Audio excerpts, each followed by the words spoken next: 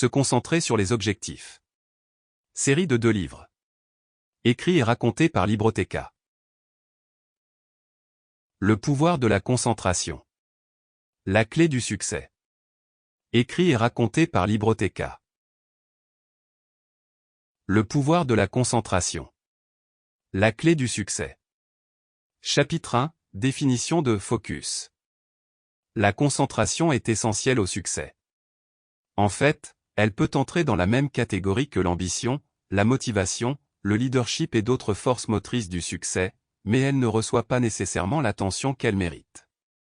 Bien qu'il soit souvent minimisé, le rôle de la concentration ne peut être saboté dans la capacité d'une personne à être productive. Ce que cela signifie, en gros, c'est que vous devez être concentré pour accomplir quelque chose ou réussir dans vos entreprises. Mais avant d'entrer dans le vif du sujet, voici un aperçu de ce que signifie réellement la concentration. Par définition, la concentration est une aptitude qui permet de commencer une tâche sans tergiverser et de maintenir son attention et son effort jusqu'à ce que le travail soit terminé.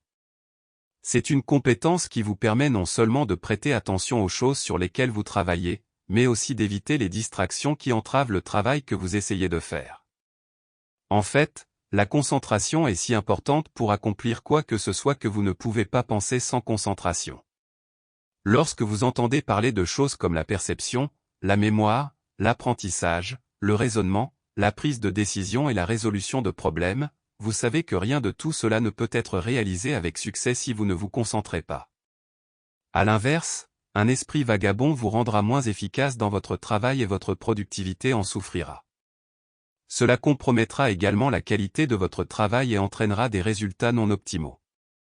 Sans oublier que vous perdrez également du temps chaque fois que votre esprit sera distrait. Pourquoi les gens souffrent-ils d'un manque de concentration? Dans certains cas, le manque de concentration peut être un sujet d'intérêt.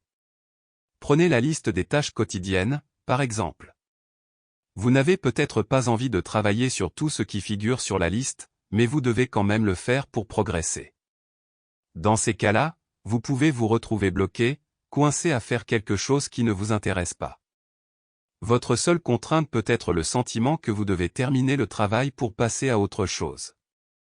Ce n'est pas une grande source de motivation, mais c'est la réalité. Dans le monde réel, il faut faire des choses pour laisser la place à d'autres. Il est naturel que votre esprit commence à vagabonder dans ces situations. Vous pourriez finir par trouver des excuses pour ne pas faire cette chose particulière, par exemple, en justifiant que vous n'avez pas besoin de faire ce travail à ce moment-là, ou que ce n'est pas vraiment si important, ou même... Sample complete.